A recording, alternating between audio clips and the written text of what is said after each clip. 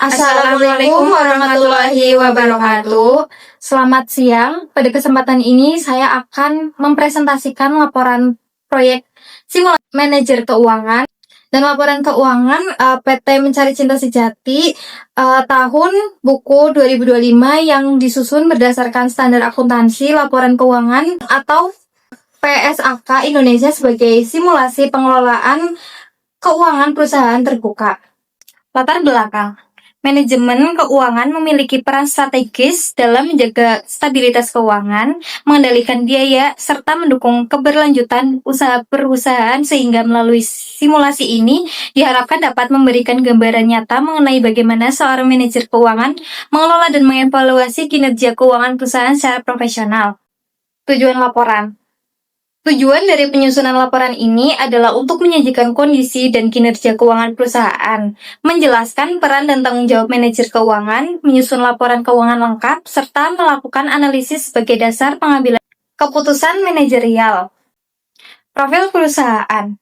PT Mencari Cinta Sejati merupakan perusahaan terbuka simulasi yang bergerak di bidang produk konsumer dan lifestyle. Didirikan pada tahun 2018, berkantor pusat di Jakarta dengan jumlah karyawan sekitar 350 orang, serta memiliki visi menjadi perusahaan nasional yang berdaya saing melalui pengelolaan keuangan yang sehat dan berkelanjutan.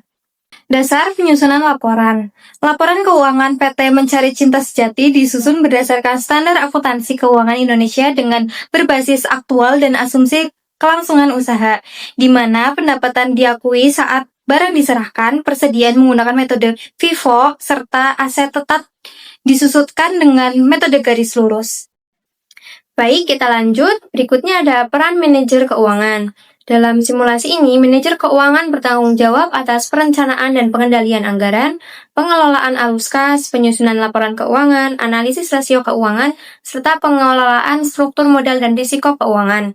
Kemudian, laporan laba ruginya, berdasarkan laporan laba rugi di tahun 2025, PT Mencari Cinta Sejati mencatat pendapatan bersih sebesar Rp 50 miliar, dengan laba bersih sebesar 8 miliar rupiah, yang menunjukkan tingkat profitabilitas perusahaan yang baik, serta kemampuan perusahaan dalam mengendalikan beban operasional.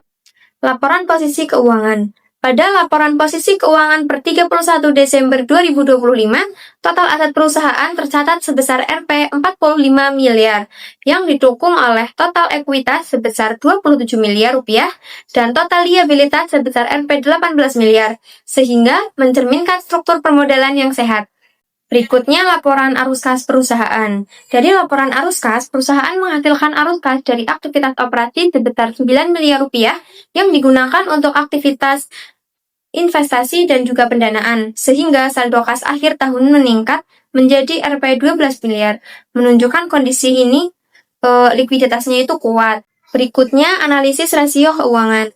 Berdasarkan analisis rasio, perusahaan memiliki current ratio sebesar 2,5, debt to equity ratio sebesar 0,67, dan net profit margin sebesar 16%, yang menunjukkan perusahaan berada dalam kondisi liquid, solvable, dan profitable.